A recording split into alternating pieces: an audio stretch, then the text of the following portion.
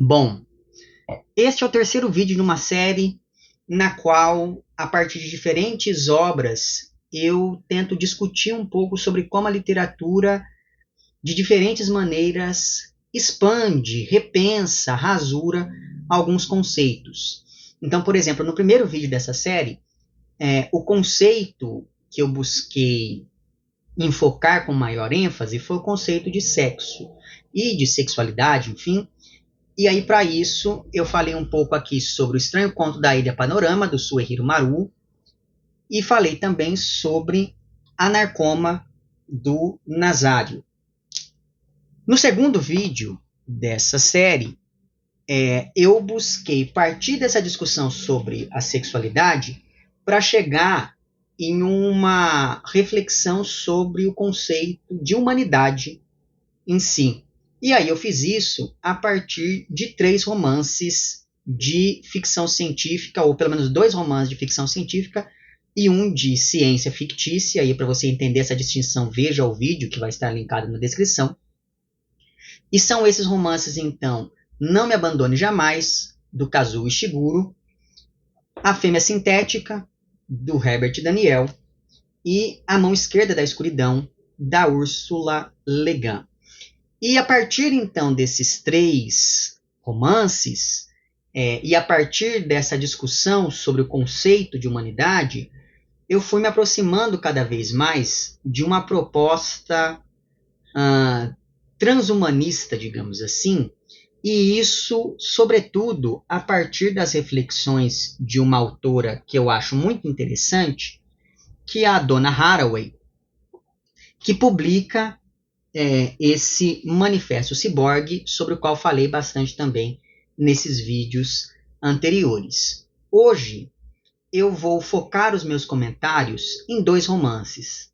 São eles Margarida Larroque, A Ilha dos Demônios, da Diná Silveira de Queiroz, e, em menor medida, Krakatoa, da Verônica Stiger. Então, vou começar aqui falando sobre Margarida Larroque. Os meus comentários sobre este romance ocuparão quase que a totalidade do vídeo, mas em algum momento eu também vou falar um pouquinho aqui de Krakatoa. Margarida Larroque, A Ilha dos Demônios, foi publicada em 1949, é o segundo romance da Diná Silveira de Queiroz, e nele nós acompanhamos a personagem título, que em algum momento do século XVI está em um convento narrando a um padre sobre como foi a sua vida desde antes de nascer até o momento em que ela foi condenada a se exilar em uma ilha onde passaria a viver entre animais e seres fantásticos. E essa condenação veio depois de ela ter traído o marido durante uma viagem. Consta que a ideia para esse romance surge a partir da leitura que a Diná Silveira de Queiroz fez de um texto chamado Cosmografia Universal, que foi escrito por um padre e publicado em 1575, e isso explica bastante o estilo tão rebuscado e com vários arcaísmos por parte da autora ao escrever aqui este romance. E existe aqui algo importante no que se refere à enunciação por parte da protagonista. Como eu disse, ela está contando tudo o que ela viveu a um padre, e ela só pôde fazer isso depois de ter sido resgatada da tal ilha dos demônios aqui do título do romance. E isso acaba gerando um suspense quanto aos demais personagens que a acompanharam nesse exílio, nesse castigo, já que nós sabemos que eles foram para a ilha com ela, mas algo aconteceu para que eles não tenham sido resgatados também, porque, afinal de contas, a única pessoa que está ali contando essa história para o padre é a própria Margarida. Além do fato de nós não sabermos aqui se essa narradora está no convento porque ela quer ou se ela foi obrigada a ficar ali. Mas não só isso. A Margarida ela está contando a própria história para um padre cuja voz não aparece no texto, porque ela sabe que se esse discurso está sendo feito nos termos de uma confissão, então o padre não vai sair contando essa história por aí. E além disso, como ela deixou a ilha para trás, ela também sepultou metafórica, mas também literalmente, todas as provas dos pecados que ela cometeu naquele lugar. Então veja que nós estamos aqui diante de um pecado perfeito, digamos assim, do qual não restam provas nem testemunhas para além do discurso da própria narradora, que, como está contando a própria história, ela pode modular esse discurso como bem entender. A gente sabe desde o Dom Casmurro e desde antes disso que há que se desconfiar bastante desses narradores em primeira pessoa. Por isso mesmo, quer dizer, por estarmos diante de um pecado perfeito e sem testemunhas, o tom dessa confissão da protagonista oscila bastante entre a culpa e o não arrependimento. E a vida da Margarida já começa com um mau agouro, porque desde antes dela nascer, uma tia havia profetizado que aquela criança iria conhecer o inferno ainda em vida, e de fato a narrativa confirma o quão certeira foi essa tia profética.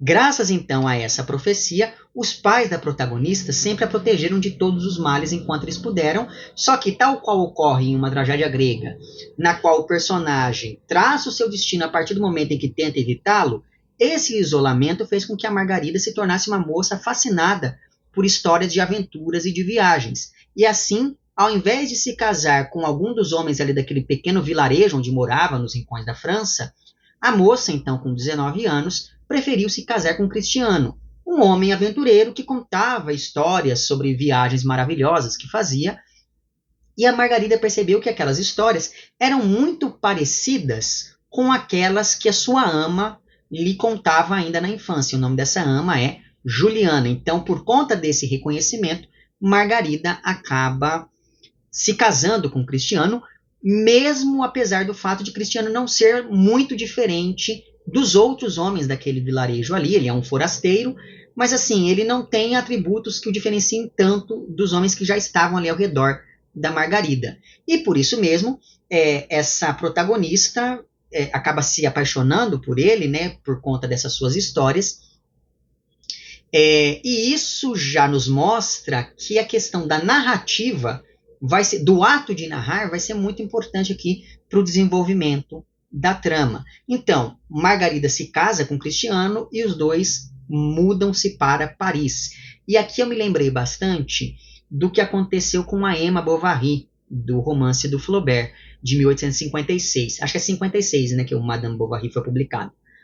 Porque, veja, a Margarida ela era toda aventureira, mas aí ela teve que se contentar com um casamento real, que é um casamento morno, um casamento no qual ela não podia sair de casa, o que já era horrível por si só, mas a coisa piora ainda mais porque, veja, quando ela morava na cidadezinha dela, era uma cidadezinha pequena, então não tinha movimento nas ruas, então tudo bem a Margarida ficar ali a vida toda presa dentro de casa. Agora, estando em Paris, ela tinha que ficar presa dentro de casa, porque o marido não deixava que ela saísse, e ela ficava ouvindo o dia inteiro a movimentação da rua. Então, era uma coisa assim que a situação dela ficou ainda pior, né? Então, veja, por mais que esse marido dela, que o Cristiano, fosse um homem aventureiro, ele não levava a Margarida para viagem nenhuma, e assim essa protagonista vai se dando conta de que ela deixou para trás o conforto da casa da família para se meter em uma verdadeira gaiola, por mais que antes ela também não pudesse sair de casa, mas pelo menos ela não passava vontade e ficava ouvindo as pessoas andando pela rua. Evidentemente que a protagonista ela não vai se resignar a esse papel de Penélope esperando Ulisses voltar de Troia, e aí ela decide viajar também para ter notícias do marido que partiu há algum tempo e não voltou e nem mandou mensagem alguma. Ocorre que a Margarida tinha um primo que era chefe de um navio que estava indo para a mesma região para a qual o Cristiano, marido da protagonista, havia ido, de modo que a Margarida convence esse primo a levá-la nessa viagem junto com a sua ama, que é a Juliana. E veja, é muito interessante pensar na posição que a Juliana ocupa nessa história toda, porque ela é praticamente um objeto. Então ela ficou a vida inteira ali com a Margarida até que ela se casasse, mas aí quando a Margarida se casa, ela leva a Juliana consigo até Paris, como se fosse assim mais uma peça de roupa para acompanhá-la nessa nova vida. E agora, de novo, ela quer ir para a viagem e ela leva novamente a empregada consigo. E é a partir de então, a partir dessa viagem, que começam verdadeiramente os infortúnios de Margarida Larroque, já que não demora muito para que ela fique entediada no barco durante a viagem, porque uma coisa é você ler histórias fascinantes de viagens, e outra coisa é você fazer uma viagem num barco que, assim, não tem muita coisa para você fazer lá dentro. A única distração que ocorre a essa moça em um primeiro momento é recontar aos marinheiros os enredos dos romances de aventura que desde a infância a Juliana sempre lia para ela, e essa leitura era tão contínua que a Margarida meio que foi decorando essas aventuras. De modo que é muito interessante pensar nisso, né?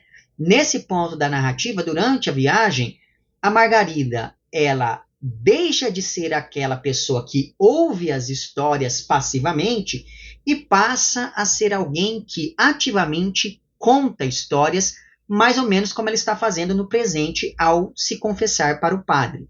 Um dos tripulantes que mais se interessa por essas histórias narradas por Margarida era o João Maria, com quem essa moça vai passar a ter um caso que é descoberto primeiro pela Juliana, que tenta colocar um pouco de juízo na cabeça da Margarida, e depois pelo Roberval, que é então esse primo da Margarida e que é responsável pelo navio durante a viagem.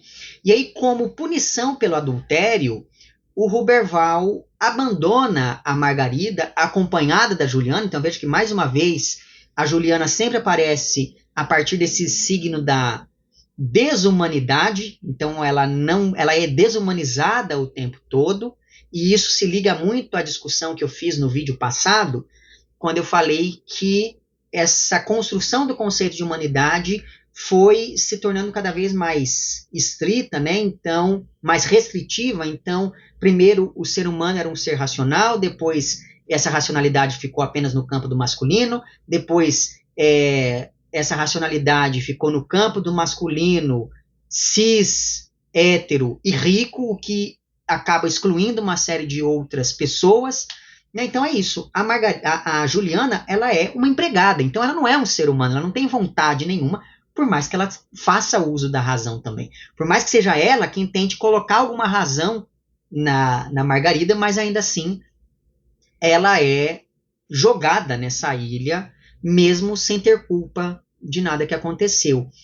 E aí, então, o Roberval abandona essas duas mulheres em uma ilha cuja reputação não era das melhores, já que diziam as lendas que essa ilha era habitada por animais selvagens e também por demônios, como diz o subtítulo aqui do livro. E é essa ilha que vai ser o tal inferno que a Margarida conheceria em vida, conforme a profecia daquela tia, o que faz do Roberval uma espécie de Caronte, levando essa mulher até esse lugar ali no mundo dos mortos, né?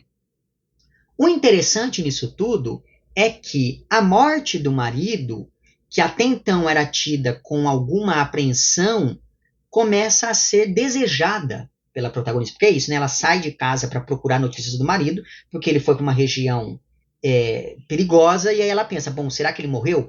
Fica preocupada e vai atrás dele.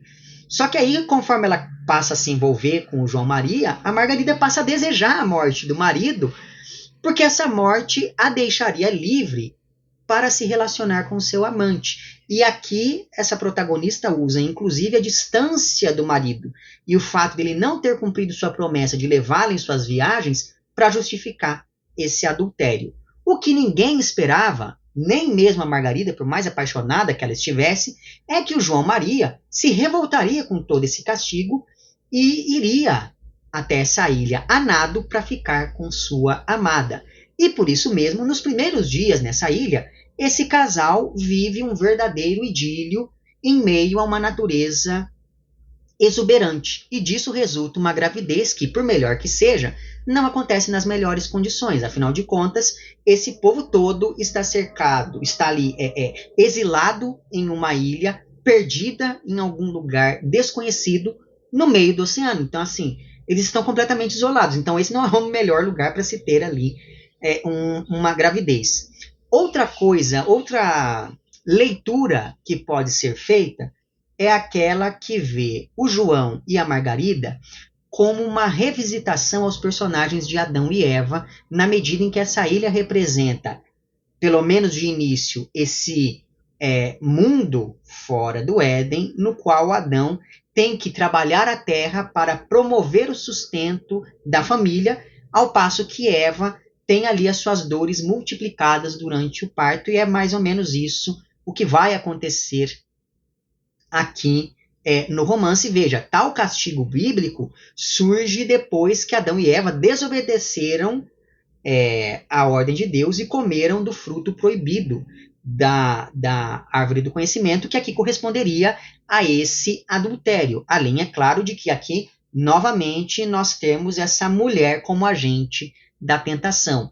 Eu fiquei com isso eu fiquei bastante reflexivo com relação a essa outra possibilidade de leitura, sobretudo porque no ano passado nós lemos coletivamente aqui O Paraíso Perdido, do John Milton. Vou deixar o link para a playlist com os meus comentários àquele livro na descrição, então caso você não tenha visto, veja. Mas o fato é que a relação entre esses personagens aqui, ela começa nesse tom idílico, como eu disse antes, só que aos poucos ela vai ficando cada vez mais desgastada, cada vez mais tensa, sobretudo depois que a Margarida é levada a acreditar que a proximidade entre João e Juliana indica que eles estão tendo um caso. E aqui vem a grande questão que aproxima esse romance do gênero fantástico, já que o personagem que faz com que a Margarida fique com a pulga atrás da orelha quanto a esse possível adultério de João Maria com Juliana é uma lebre chamada Filho. E aí, como essa lebre foi possuída por um espírito da ilha, ela fala e se comporta como um ser humano, só que apenas a Margarida consegue se comunicar com essa criatura, o que pode indicar tanto que a protagonista está enlouquecendo, quanto que, na verdade, essa lebre é uma espécie de projeção do inconsciente da Margarida. Isso porque essa lebre, ela critica a Margarida em vários momentos, e por isso mesmo ela pode ser ali um mecanismo inconsciente para que a narradora critique a si mesma.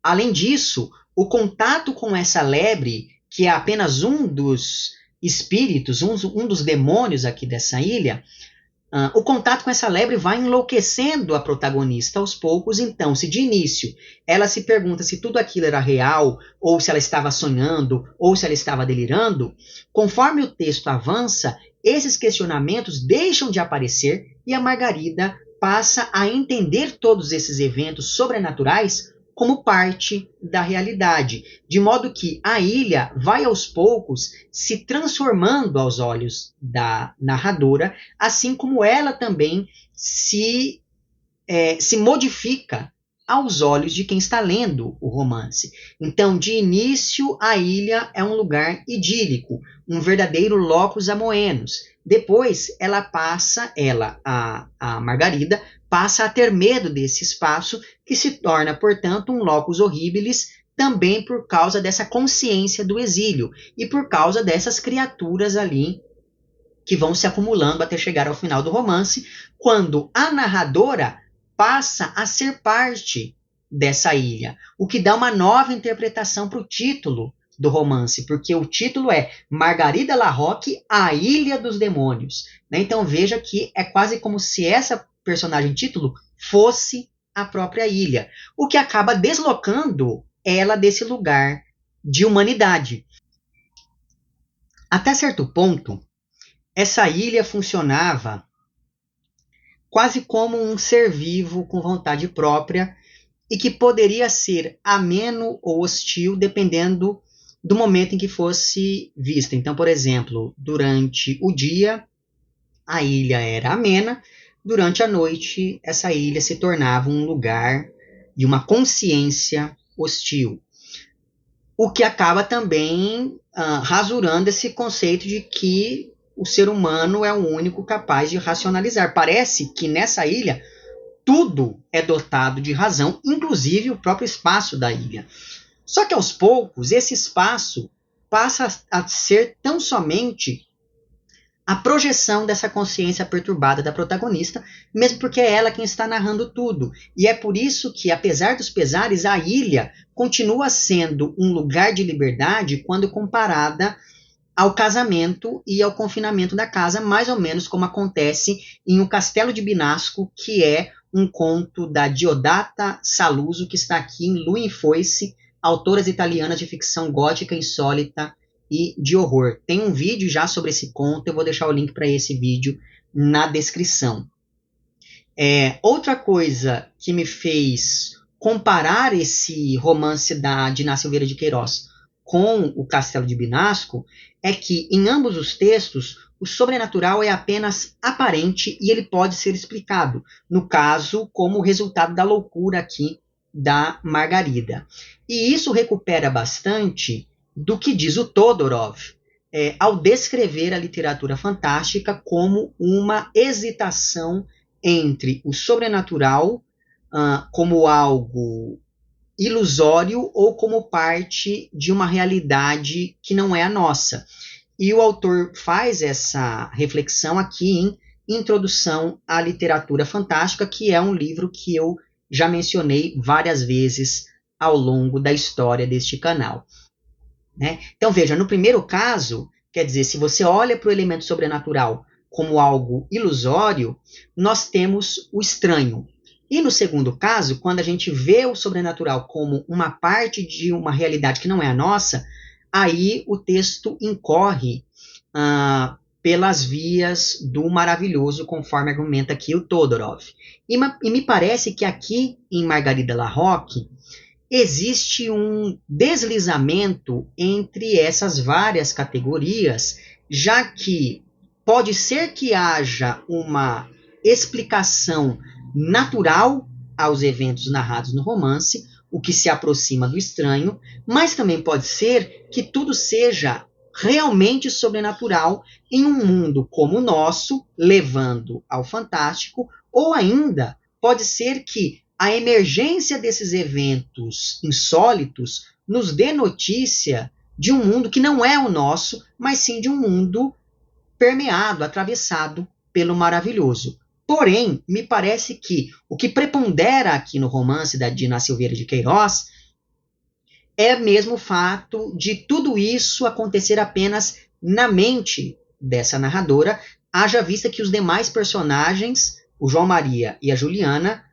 não veem ou não parecem ver esses seres. Logo, nós estamos aqui diante de algo estranho, dada a explicação racional para esses eventos aparentemente sobrenaturais. De qualquer modo, é muito interessante pensar que quando as mulheres e a gente pensa nisso a partir aqui, né, tanto do Castelo de Binasco quanto do Margarida Larroque, né? É interessante notar como quando as mulheres vão escrever sobre algo sobrenatural, há sempre uma tentativa de racionalizar essa sobrenatureza, talvez porque é bastante frequente que as mulheres sejam desautorizadas com a desculpa de serem loucas, de serem histéricas, de não serem racionais. Então veja que essa expulsão da mulher do conceito de humanidade ligada à racionalidade acaba, em alguma medida, produzindo um determinado tipo de literatura, pelo menos em alguns casos. Mas voltando lá à lebre, que acaba dando início a toda essa discussão aqui no livro, é essa tentativa de racionalizar o sobrenatural que faz com que, em um primeiro momento, a Margarida encare esse encontro com esse bicho como fruto de um sonho ou de um delírio. Mas o fato é que, daí em diante, o filho, que é o nome dessa lebre, sempre aparece para jogar na cara da protagonista tudo o que ela tem de ruim, ou também para fazer com que ela se afaste do João e da Juliana, por exemplo, quando essa lebre diz que um pássaro tinha sobrevoado a ilha e visto esses dois personagens tendo alguma coisa ali em um lugar distante. E assim a semente da discórdia está plantada. A partir disso, a gente percebe que a Margarida já está mesmo perturbada, porque ela acredita na lebre, que por sua vez escutou uma história de um pássaro, e aí ela começa a notar que realmente a Juliana está mais ríspida com ela, enquanto o João está mais distante, ignorando que talvez essa mudança de comportamento desses personagens se deva ao fato de que só os dois trabalham nessa ilha, enquanto a Margarida fica ali o tempo todo andando, colhendo flores, olhando a paisagem, etc. E o fato de a lebre ter ouvido esse rumor sobre o caso entre Juliana e João de uma ave é muito significativo, porque se por um lado a ave representa a liberdade, afinal a ave pode observar tudo de cima, ela pode voar para onde ela quiser, por outro lado, é graças ao suposto relato dessa ave que a Margarida se aprisiona nessa espiral de loucura, nessa espiral de ciúme. Então existe aqui uma contradição entre a liberdade e o aprisionamento dessa personagem título aqui na própria consciência. Então, de um lado, nós temos a hipótese de que o tal filho, a lebre, seja um delírio da protagonista, já que só ela vê essa criatura, e também as outras com as quais ela vai se encontrar, mas, por outro lado, pode ser que essa lebre exista de fato, já que ela parece ser movida por um interesse muito diverso daqueles interesses manifestados pela Margarida. E eu digo isso porque a lebre fala sobre esse caso entre Juliana e João Maria depois que esses dois personagens começam a caçar demais na ilha para guardar a carne até a chegada do inverno. E por mais que esses personagens tenham ali matado os pássaros dos quais a Margarida gostava tanto, não me parece que isso seja o suficiente para que a lebre se volte contra esses personagens. Né? Então é muito interessante pensar também no propósito desse personagem ali. E aqui já se anuncia um outro ser estranho nessa ilha, além de se mencionar algo que a Margarida não poderia saber, porque a lebre diz que no passado outras pessoas moravam por lá, nessa mesma ilha, mas essas pessoas desapareceram justamente por terem sido punidas por um espírito chamado Cabeleira depois de terem caçado demais na ilha. E, aliás, esse espírito chamado Cabeleira é o mais terrível ali, é o demônio mais terrível dessa ilha, chegando, inclusive, a ter um contato muito sério com a Margarida, que eu não vou dizer aqui qual é. Pensando, então, nesses espíritos como projeções do inconsciente dessa protagonista, o Cabeleira é o que há de pior nela, é um lado selvagem, é um lado incontrolável, é um lado primitivo dessa mulher, além de fazer com que ela passe a sentir uma opressão cada vez maior, como se ela estivesse sendo encurralada e observada por esse espírito o tempo todo, e não por acaso a Margarida compara esse Cabeleira a um demônio que, ao contrário da lebre, não tem forma física. Então, Cabeleira, ele é um ser etéreo. Há ainda nesse bestiário estabelecido aqui no romance, a Dama Verde, que é a única entidade feminina ali na ilha e que geralmente aparece durante a noite, o que faz todo sentido se a gente pensa na imagem da lua com toda essa simbologia ligada ao feminino. E a presença dessa Dama Verde parece anunciar ou, em alguma medida, confirmar a gravidez da Margarida, que dá, então, à luz um menino chamado João. Então, veja, a presença desses seres dá também ao romance um caráter quase folclórico que se torna, não sei se folclórico, mas assim, em alguns momentos parece um texto folclórico, em outros parece quase ali um conto de fadas, uma coisa assim, né? E isso tudo torna a narrativa ainda mais interessante nesse processo de gradativamente animalizar, ou no mínimo desumanizar, a Margarida. Tanto é assim que a personagem título vai cada vez mais se afastando do campo da razão e da civilização, ao passo que esses espíritos vão se humanizando. E aí, se como eu disse no meu vídeo aqui sobre Não Me Abandone Jamais, o conceito de humanidade está diretamente amparado na ideia de razão, até porque esse determinado conceito de humanidade se consolida durante o iluminismo, tudo isso significa que quando alguém se afasta da razão, esse alguém vai aos poucos deixando de ser humano. E isso se traduz mesmo nas ações da Margarida, que vai aos poucos se tornando mais violenta ao, por exemplo, cortar o cordão umbilical do seu filho com os dentes, ou então nos momentos em que ela luta com animais, e isso é algo bastante masculino, ainda mais para a época em que as ações do romance se passam. E aí, veja, nós estamos falando de uma mulher que desvia de uma determinada performance de feminilidade, lembrando aqui que eu estou, uma das bases teóricas para essas discussões que eu estou estabelecendo aqui é o Problemas de Gênero, da Judith Butler, que tem uma noção de performatividade muito característica. Então é a partir disso que eu estou falando aqui, que a performance da Margarida no romance vai se distanciando cada vez mais de uma determinada noção de feminilidade, né? Ao mesmo tempo em que essa personagem se afasta também do campo da razão. E aí, na medida em que ela incorre nesses afastamentos, ela incorre também em um processo de desumanização que se vai estabelecendo conforme avança a narrativa. E aí, sobre esse afastamento da feminilidade, convém lembrar ainda que, no meu vídeo passado, né, sobre o Não Me Abandone Jamais, enquanto eu falava sobre a mão esquerda da escuridão, eu mencionei sobre como a questão de gênero também é usada para definir o que é o humano. Então, ao se afastar desses atributos femininos, a Margarida também se afasta do que o ser humano gostaria que ela fosse na posição de mulher que ela deve ocupar.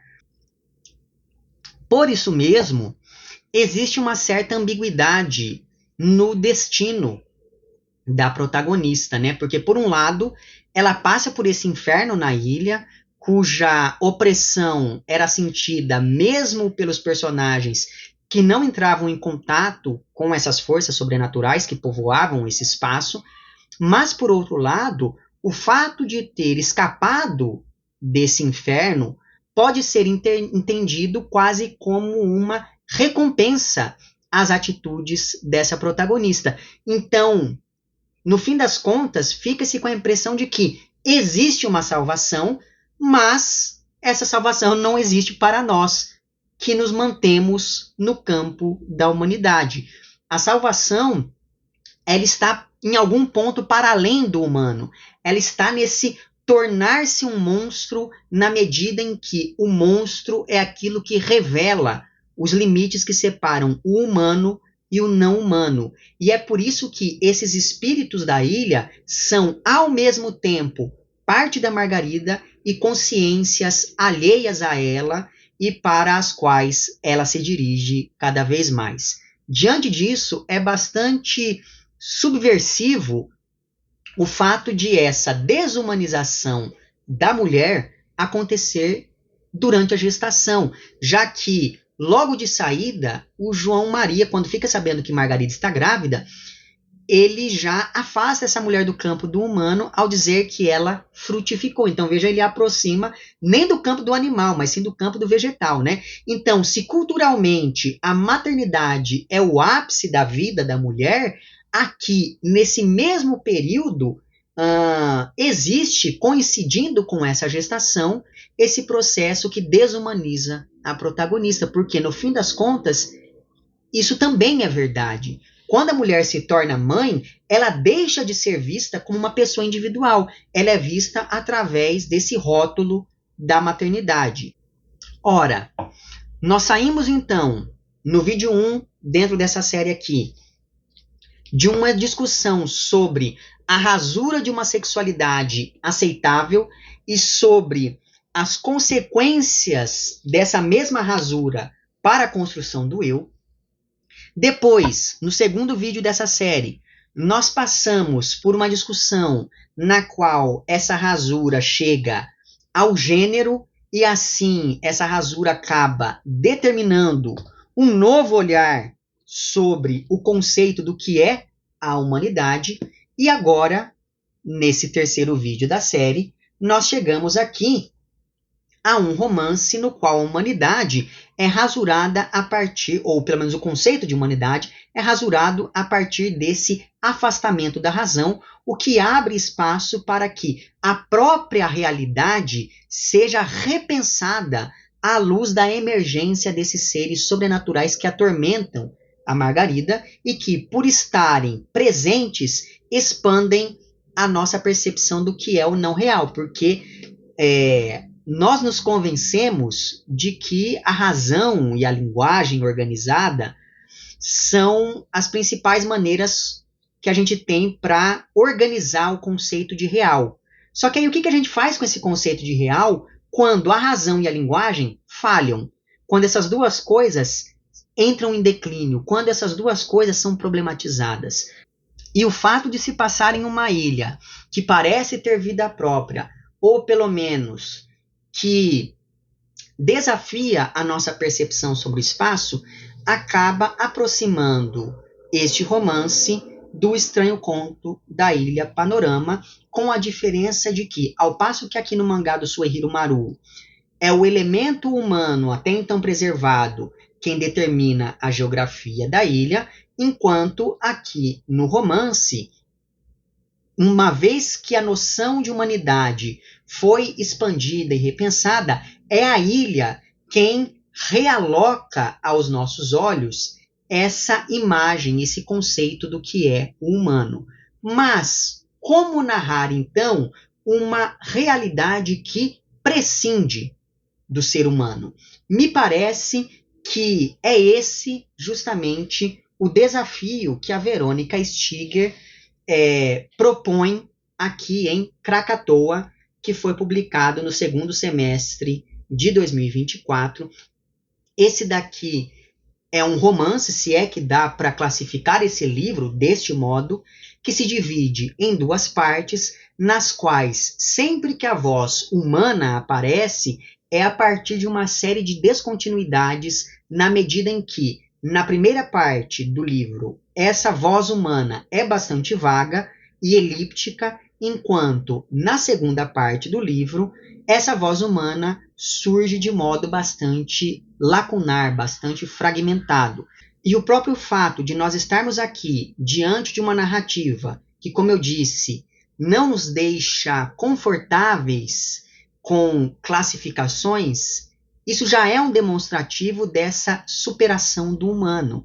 É como se, ao se afastar da dicção e da voz humanas, o texto seguisse uma outra lógica que é muito mais rizomática e na qual, mesmo a noção de um narrador unificado acaba sendo superada. Sobre isso, convém lembrar a definição proposta pelo Deleuze e pelo Guattari sobre o que é rizoma aqui no volume 1 da série Mil Platôs.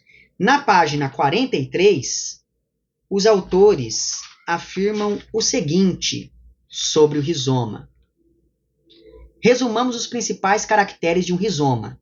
Diferentemente das árvores ou de suas raízes, o rizoma conecta um ponto qualquer com outro ponto qualquer, e cada um de seus traços não remete necessariamente a traços da mesma natureza. Ele põe em jogo regimes de signos muito diferentes, inclusive estados de não signos. O rizoma não se deixa reconduzir nem ao uno, nem ao múltiplo. Ele não é múltiplo que deriva do uno, nem ao qual o uno se acrescentaria. Ele não é feito de unidades, mas de dimensões ou antes de direções movediças. Ele não tem começo nem fim, mas sempre um meio pelo qual ele cresce e transborda. Ele constitui multiplicidades lineares a n dimensões, sem sujeito nem objeto, exibíveis num plano de consistência e do qual o uno é sempre subtraído. E aí eu pulo aqui um trecho para o momento em que, ainda na página 43, os autores prosseguem dizendo: O rizoma é uma antigenealogia. Perceba, essa ideia da antigenealogia está muito em conformidade com a noção proposta aqui pela dona Haraway, no momento em que ela afirma que o ciborgue é esse ser que não pressupõe um início, né? Ele não pressupõe um momento anterior em um paraíso que se perdeu. Mas, enfim, prosseguindo. O rizoma é uma memória curta ou uma antimemória. O rizoma procede por variação, expansão, conquista, captura, picada.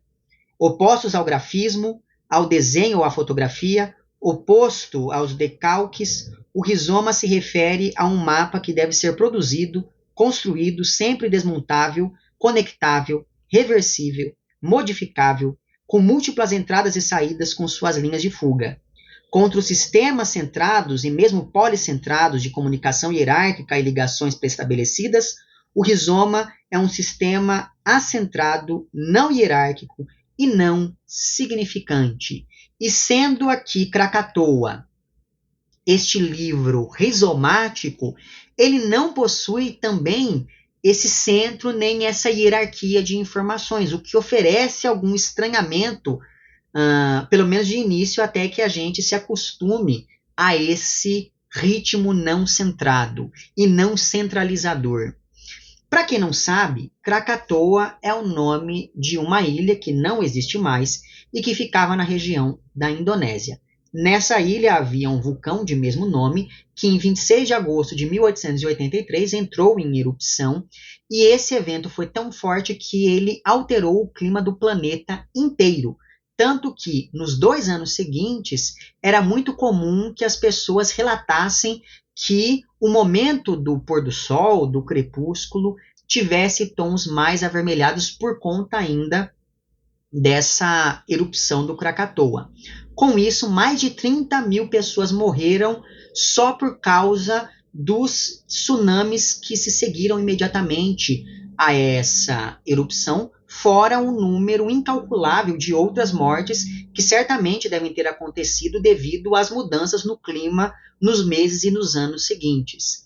Mas a questão é que, em 1927, do lugar onde havia antes esse vulcão, surgiu um outro, que dessa vez recebeu o nome de Anak Krakatoa, que em indonésio significa o filho do Krakatoa, e esse segundo vulcão é bastante ativo até hoje. Vira e mexe, surgem notícias de que o Anak Krakatoa está ali entrando em erupção ou coisa parecida, não entrando em erupção, mas tendo algum tipo de atividade. Toda essa história vai ser narrada na segunda parte aqui do livro da Verônica Stiger, e nessa segunda parte se alternam textos jornalísticos brasileiros do século XIX que falam desse evento e das consequências dele, e também relatos de uma escritora que, em 2017, foi participar de um festival literário na Indonésia que quase não aconteceu justamente devido a essas atividades de um determinado vulcão. Durante essa viagem, a narradora vai ser acompanhada não apenas por outros 3 personagens, também escritores, identificados só pelo primeiro nome. Então, nós temos aqui o Hugo, o Carlos e o Victor, como também essa narradora vai ir se deparando com algumas presenças e aparições fantasmáticas. E, aliás, em dada altura aqui do livro, é dito que Krakatoa é um livro sobre vulcões e fantasmas. E eu gosto sempre de lembrar que o Platão ele associa a palavra fantasma à noção de simulacro ao falar dos tipos de criação de imagens. Então, por exemplo, existe a criação eicástica, que é aquela que reproduz fielmente um dado objeto, ao passo que a representação fantasmática é aquela que busca nos convencer de que ela não representa um objeto, mas é esse mesmo objeto. Por outro lado, e essa ideia, né, de uma representação que substitui o objeto original está justamente na base da noção de simulacro. Por outro lado, é bom lembrar do que diz o Baudrillard lá em Simulacros e Simulação, né? Porque para aquele autor, o simulacro, que é esse fantasma, ele se torna a realidade em si, porque o simulacro nos impede de localizar o objeto original. Tudo isso acaba abrindo várias camadas nesse processo de compor, decompor e repensar o que é o real aqui no livro. Porque os pontos de referência que nós temos para nos orientar nessa narrativa, eles mudam de lugar o tempo todo. E aí, como eu disse antes, nessa segunda parte aqui de Krakatoa, essas vozes humanas, e o plural é muito importante para marcar justamente essa descentralização, essas vozes humanas elas aparecem de modo fragmentado. Isso porque nós temos aqui memórias, reportagens do século XIX, que nos dão notícias sobre como a erupção do Krakatoa foi divulgada. Nós temos aqui menções a filmes, a uma carta que a Clarice Lispector escreveu depois de visitar o Vesúvio. Nós temos aqui menção a uma entrevista na qual Michel Temer disse que o Palácio da Alvorada estava assombrado e por aí vai. E aí veja, né? Todas essas vozes humanas surgem em meio a essa espécie de diário de viagem, que é um expediente narrativo que já havia aparecido antes na obra da Verônica Stiger, aqui em Obsanis Viata, que é um dos meus romances favoritos.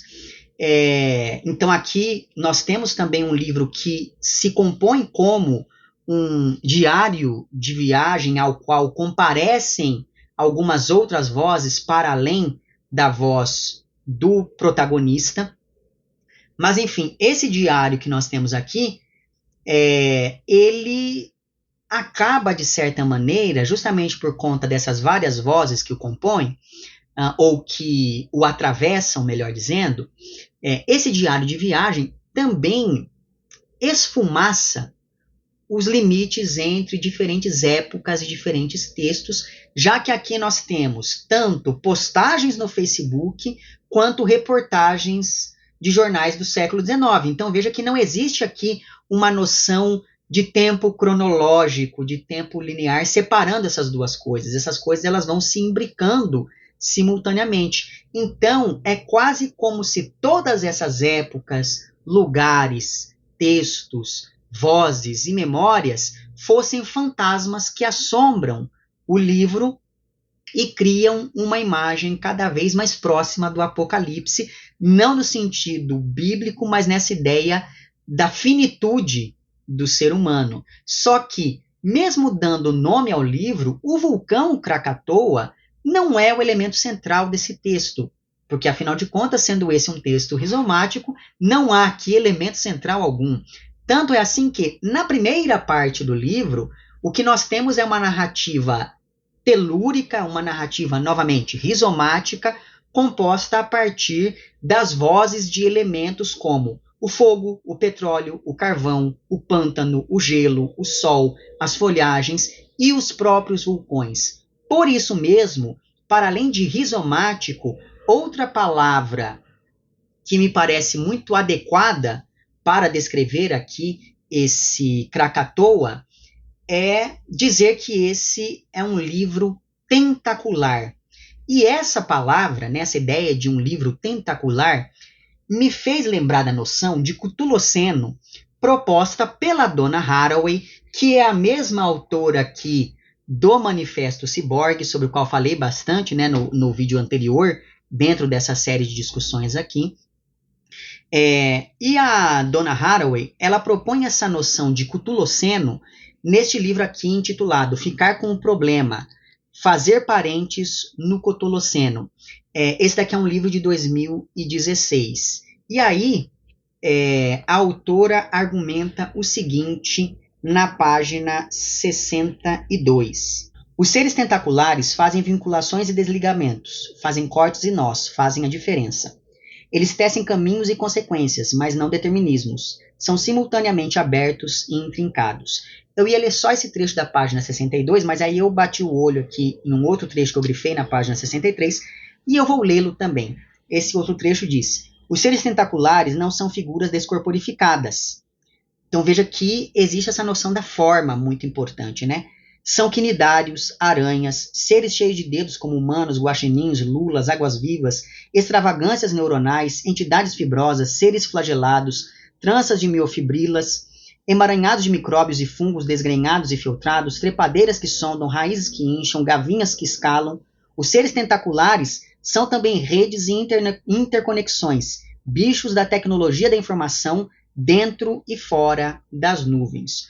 Tudo isso se aplica muito bem ao que nós temos aqui em Krakatoa, cuja estrutura é tentacular, ela é rastejante, ela é rizomática, justamente porque, tal qual o Cthulhuceno proposto aqui pela Donna Haraway, o romance, e aí para definir o romance nas palavras de Donna Haraway, eu vou ler um trecho que está na página 201 aqui, do Ficar com o Problema.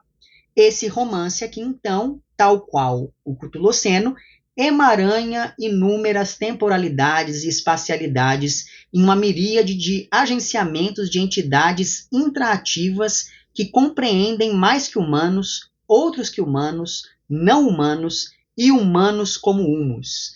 E é por isso que no livro aqui da Verônica Stiger há uma aproximação entre o vulcão e o fantasma, porque ambos demonstram que o fim é só uma ilusão de ótica, assim como a diferença entre ficção científica e a questão social também é uma ilusão de ótica, conforme argumenta a Donna Haraway lá no Manifesto Ciborgue, o mesmo diz respeito a esse fim que tanto nos assombra, né? Parece que o vulcão ele está ali morto, mas de repente ele prova que estava apenas dormindo, assim como o fantasma parece nos atestar que esse fim ele se dá de outros modos.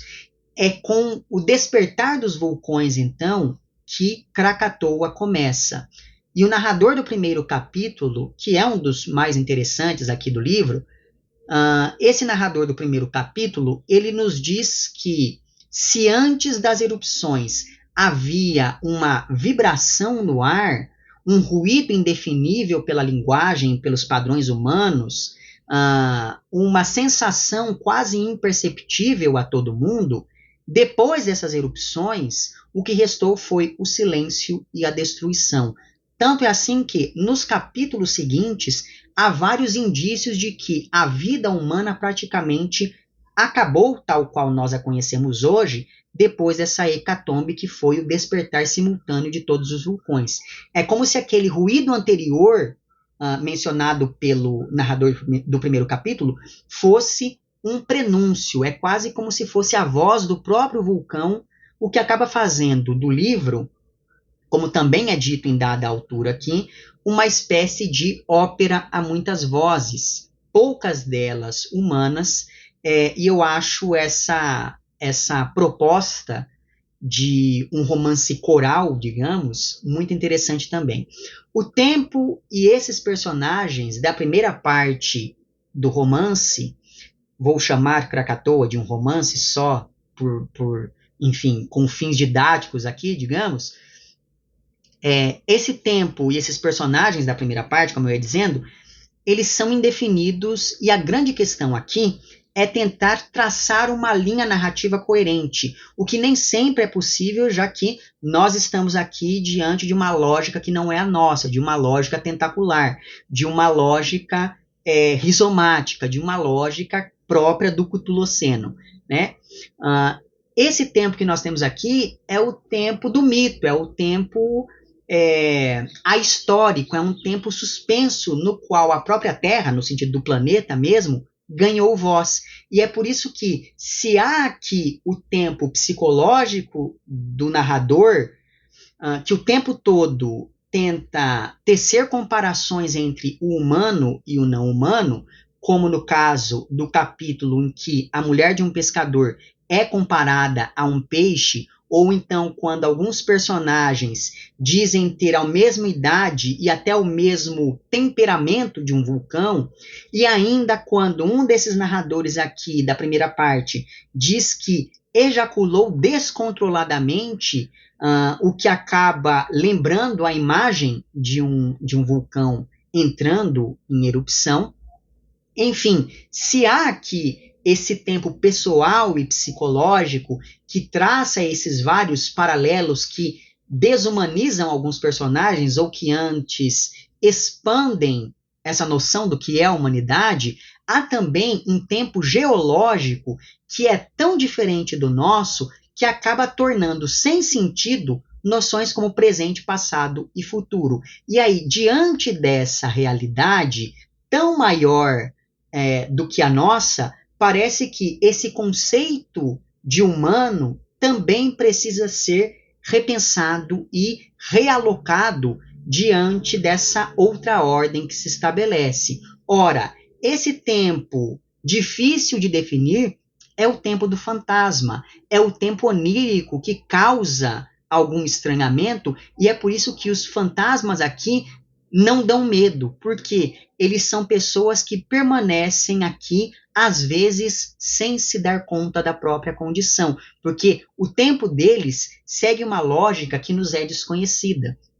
E agora, só para que vocês tenham um pouco do gosto do que é a narrativa aqui de Krakatoa, eu vou ler um trecho do primeiro capítulo no momento em que o narrador fala do som que antecedeu as erupções. Esse trecho, ele começa, assim, são trechos aleatórios que eu fui selecionando aqui, não aleatórios, mas enfim, são trechos específicos que eu fui selecionando aqui, então eu vou ler aqui um pouco das páginas 14, 15 e depois vou pular para as páginas 19 e 20. Então vamos lá, página 14. Qualquer comparação seria imprecisa, porque não parecia com nada que conhecemos, esse ruído que antecede as erupções. Por vezes, soava como o barulho de um corpo humano se chocando com o chão duro de um vale depois de cair de um despenhadeiro. Não era um som alto, diria até quase imperceptível. Não era, portanto, como o grito de um vulcão entrando em erupção, o grande grito da natureza, como alguém o definiu outrora. Pelo contrário, tinha a impressão de que aquele coro só podia ser entoado em estados de profunda calmaria. Era um som discreto e algo melancólico. Embora quase inaudível, era potente. Não sei dizer se era bonito. Talvez porque não se encaixasse em nossas categorias estéticas, ou talvez porque eu não soubesse mais discernir o belo do seu avesso. Se fosse preciso defini-lo com um único adjetivo, diria que era um som fascinante. Desde que começou, o som nunca deixou de soar. Não havia mais, pelo menos para mim, a possibilidade do silêncio. Lembro vivamente do dia em que o percebi pela primeira vez. Era madrugada. Depois de um tempo desmedido rolando de um lado para o outro na cama, tentando dormir, havia acabado de pegar no sono quando senti uma vibração. E aí eu pulo para ler aqui alguns trechos que estão nas páginas 19 e 20. O ruído estava por toda parte. Atravessava o concreto das estruturas e das paredes do prédio como se fosse um fantasma cinematográfico. E aí, na página 20, talvez não fosse música, cogitei, mas uma espécie de fala. Todavia, uma espécie de fala musical só possível de ser compreendida pelos próprios vulcões. O magma era a linguagem deles, e ao mesmo tempo seu canal de transmissão e recepção. No início, achei que fosse um coro constituído em um único naipe vocal. Contudo, quando eu fechava os olhos, era capaz de distinguir diferentes extensões e tessituras. E essas eram incontáveis, em muito maior quantidade do que aquelas que conhecíamos a partir das limitadas experiências musicais de homens e mulheres, ou mesmo da natureza não vulcânica. Não seria capaz de identificá-las e enumerá-las porque fugiam às categorias vocais com as quais estava familiarizado. Em suma, perceba que o que nós temos aqui, ao fim e ao cabo, é essa realidade que acaba colocando em xeque todas as noções que nós estabelecemos para poder mediar a nossa relação com a realidade. E ao fim e ao cabo, me parece que esse é o tipo de coisa, quer dizer, essa rasura de conceitos, é o tipo de discussão que eu venho tentar estabelecer desde lá do primeiro vídeo dessa série, no qual eu falei então sobre o Estranho Conto da Ilha Panorama e sobre a Narcoma, e depois, no vídeo seguinte, a partir da minha fala lá sobre a mulher sintética, Não Me Abandone Jamais e A Mão Esquerda da Escuridão, e agora nesse vídeo aqui sobre Margarida Larroque, A Ilha dos Demônios, e sobre Krakatoa. Então veja, com os meus comentários a estes dois últimos livros, eu quis dar uma ênfase nessa continuidade de uma rasura à noção do que é humano e sobre como a partir dela, a partir dessa rasura do humano, o próprio conceito de real deve ser repensado. No final das contas é isso, né? O que é, se a gente não sabe o que é o ser humano, como é que a gente vai saber o que é o mundo ao nosso redor? Enfim, então foi justamente pensando nisso que eu acabei aproximando aqui esses dois livros. Inclusive Krakatoa entrou para a minha lista de melhores leituras, né, do ano passado. Mas é isso. Digamos assim, essa série de comentários meus, ela tem ainda mais um vídeo, né? Como eu disse para vocês em algum momento do passado. Esse daqui é o terceiro, ainda falta um quarto e último vídeo com alguns comentários a mais que eu pretendo fazer aqui. Mas, enquanto esse próximo vídeo não sai, eu vou deixar na descrição o link para esses outros vídeos que eu fui mencionando ao longo dessa minha fala. Deixarei também certinho os nomes desses textos que eu usei aqui para orientar essa discussão no vídeo de hoje.